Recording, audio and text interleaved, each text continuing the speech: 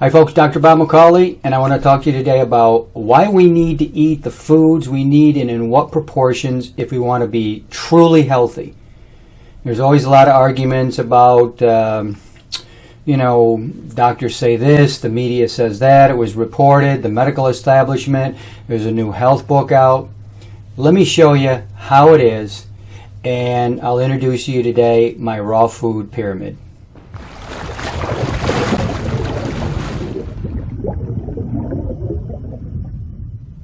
So everyone knows the food pyramid. They teach you this stuff in school.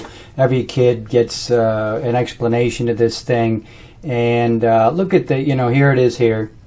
And, it changes every few years because, of course, the human body and humanity changes every few years. And so we need different foods. 10 years ago, the human body needed these foods. And now, 10 years later, well, we didn't need those anymore. And that's why they need it. No, actually, we never change. What we need is what we have needed for thousands and tens of thousands and hundreds of thousands of years. And that's what belongs in the human body, and it hasn't changed at all, but they just can't make their minds up. Basically, who puts this out? Well, puts it out by the government. Okay, so when the government issues some kind of information like this, please do yourself a favor, just ignore it. So if they knew what they were talking about, they wouldn't be changing this every few years. And I was writing my book, Achieving Great Health, the 7 Components of Great Health in 2005, the first edition, and I started looking at this and I was saying, wow, this needs to be redone. We need to redo the food pyramid. So I came up with this. Okay, this is the raw food pyramid. And what everybody did with this is basically they ripped it off. And I had some people that really just stole it completely. Took my idea, took every word on it, and just sort of scratched out my name and put their own name on it. So I had to get in control of this thing, and so I actually had it copyrighted, and because this is really valuable. Now, if you see something out there, it's called the vegan pyramid. Well, that's fine, but that's mostly cooked foods, and those are the same guys. I mean, these guys, they looked at what I did, and they said, hey, that's a pretty good idea. I'm going to make one for vegans. Well, you can use that one, and you can take the concept. Just don't steal the raw food pyramid, as so many people have done. So I broke it down in the best way I could, and I've stood by this ever since I initially invented it, created this. Well, it was in 2005. That's over 11 years ago now. And by the way, that book, Achieving Great Health, the 7 Components of Great Health, is in its 2nd edition now. What belongs in the body more than anything else, of course, is water. It's water. That's what so that's the foundation. I mean, that's where it belongs. Did they mention that in the regular food pyramid? No. There's no mention of water. We need water in our body more than anything else. So that's the first thing. Okay, next we look at, over on the right, left-hand side of your screen there, we have phytonutrients. Well, that's everything. That's the foods we put into our body. So that's over there. Then look over on your right, and there's 2 groups of foods that I have put together. First is foundation foods. And those are the foods you just put into your body every single day. They fill you up, and they're basically your fruits and vegetables. Then we have medicinal foods up on top of that. Those foods are like the healing foods. Okay, so we have sprouts, we have these really powerful roots, we have fats, and we have seeds and nuts.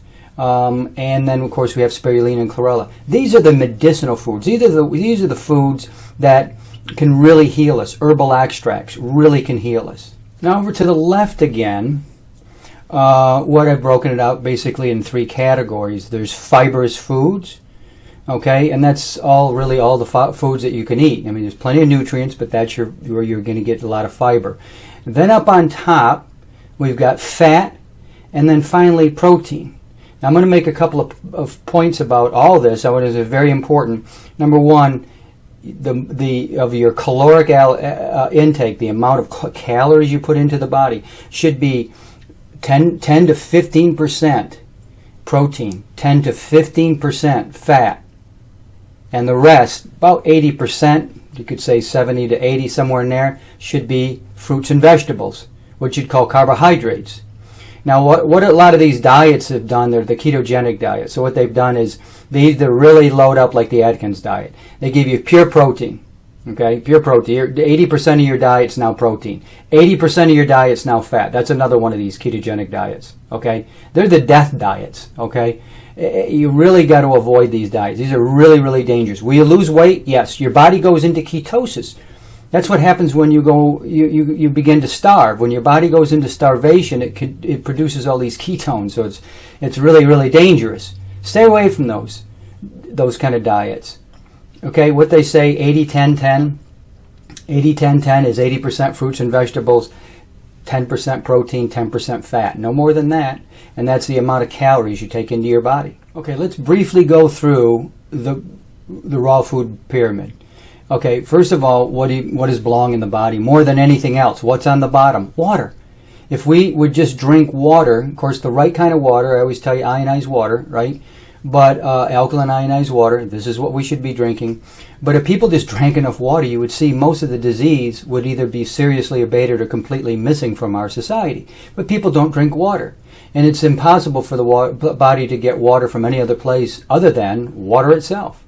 Okay, then moving up the pyramid, the next thing we need, what should we eat the most of? Leafy greens. Greens, that's what belongs in the body more than anything else. If you look at my salads at night, I mean, most of it's greens. I get greens from my garden. I get greens at the store during the winter, whatever I have to do. But it's greens. That's leafy greens. And I'm not talking about lettuce, please. There's no nutrition there. I've always said, they ought to really think about banning lettuce. I mean, it's just like nothing going on there. And you go into a restaurant, especially these steakhouses, what do you got for a salad? I got an iceberg lettuce salad. Please. Oh. Next we need vegetables. Vegetables of all kinds. Okay, and again, not as much of those. Greens is what we need the most of, then vegetables.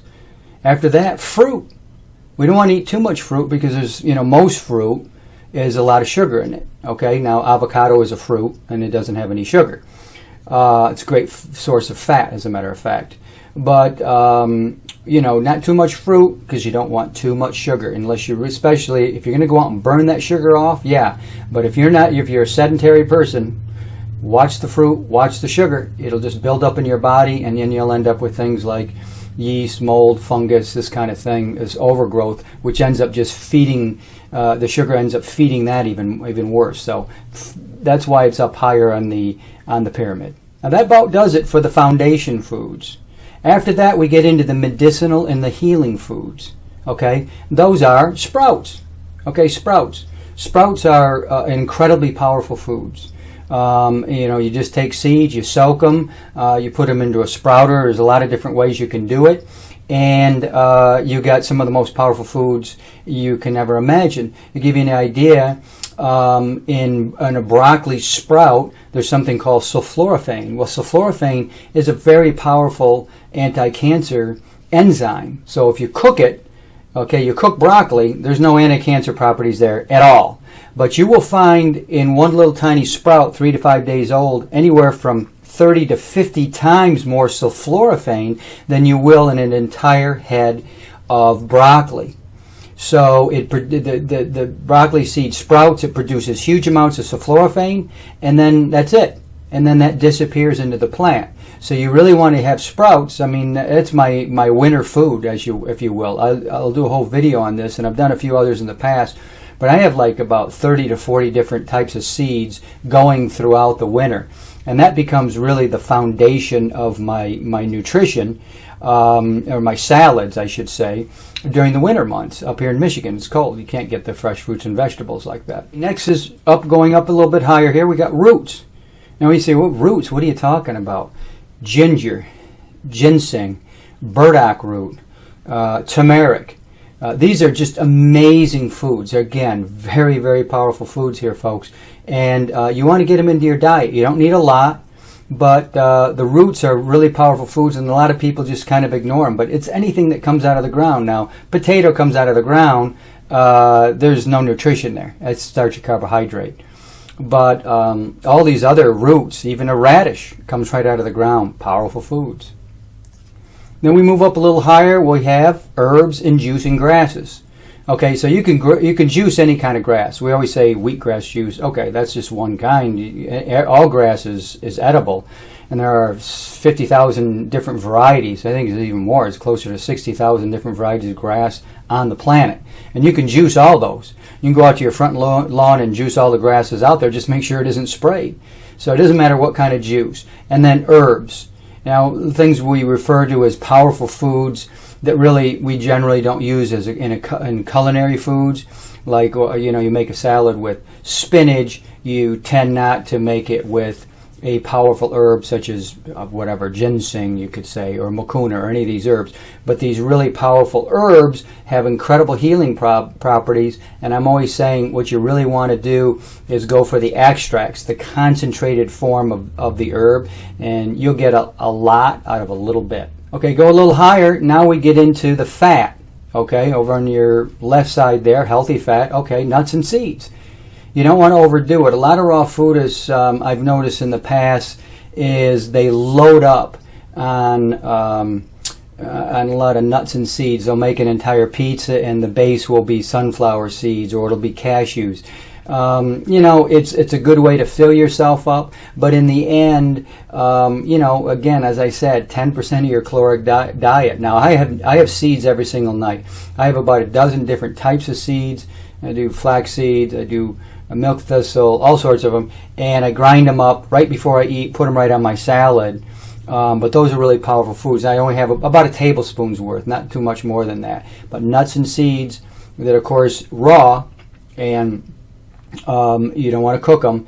And the other thing, a lot of people say, well, you should soak your seeds. Well, if you're going to eat a lot of seeds or a lot of nuts, soak them first, because that way it'll get rid of the enzyme inhibitors that you find in seeds and nuts, and they won't cause you any digestive problems. Okay, then at the very top of the pyramid is the two most powerful foods in the world, spirulina and chlorella, and what we should use for our protein. Now, there's protein in a lot of foods. There's protein really pretty much in every food. Fruits have no protein whatsoever, but spirulina and chlorella are 60% protein.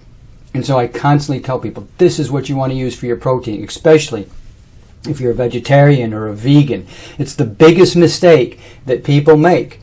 They get onto a vegetable diet or a vegetarian diet, and then they get sick, and you see all these videos all over YouTube about, I was a vegan and I almost died. I was a vegan. This one woman wrote a book about it, Lorraine Keith. She writes a whole book about how it took her 5 years to figure out, geez, I'm dying since I changed my diet, and the vegan diet is so dangerous. And so all these people like to have them on their radio shows and on their TV show, and let's talk about this and all the thing. Let's just say her thinking about things in general, besides foods, is already pretty whack job, okay? And now these are the people that people latch onto it. They want to believe that the vegan diet isn't healthy for you.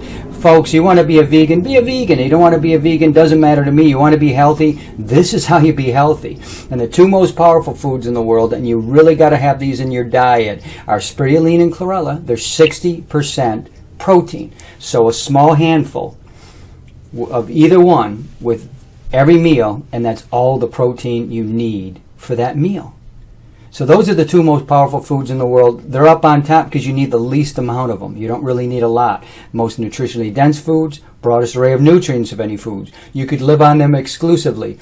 But to be really, really healthy, hey, we need all these other fruits and vegetables in our diet. Health is about variety. It's really about three things when it comes to eating. Variety, variety, variety. Okay? Variety. I eat between 250, 300 different foods every single year. Sometimes it's very small amounts of those foods, but at least I'm getting a different kind of a nutrient into my body every time, because every single food is full of different enzymes or full of different chemical or organic chemical structure to them, and they provide the body with different nutrients.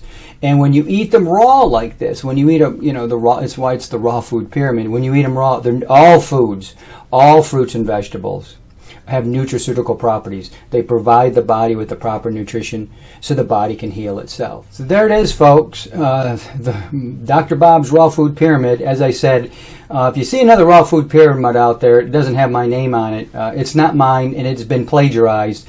And this thing really has been plagiarized a lot. A lot of people just sort of took it and started putting their name on it. I was really kind of shocked. And it is a copyrighted work. and I made it really nice like this. The first one in my original book was really simple looking. Well, this one is really nice and everything, and I spent the money to have it professionally produced, so it wouldn't get stolen again over and over and plagiarized. But this is the way we should eat. This is the way we want to eat if we want to be really truly healthy. Water. Okay, then leafy greens, vegetables, fruits, sprouts, roots, healing grasses, herbal extracts, nuts and seeds, spirulina and chlorella.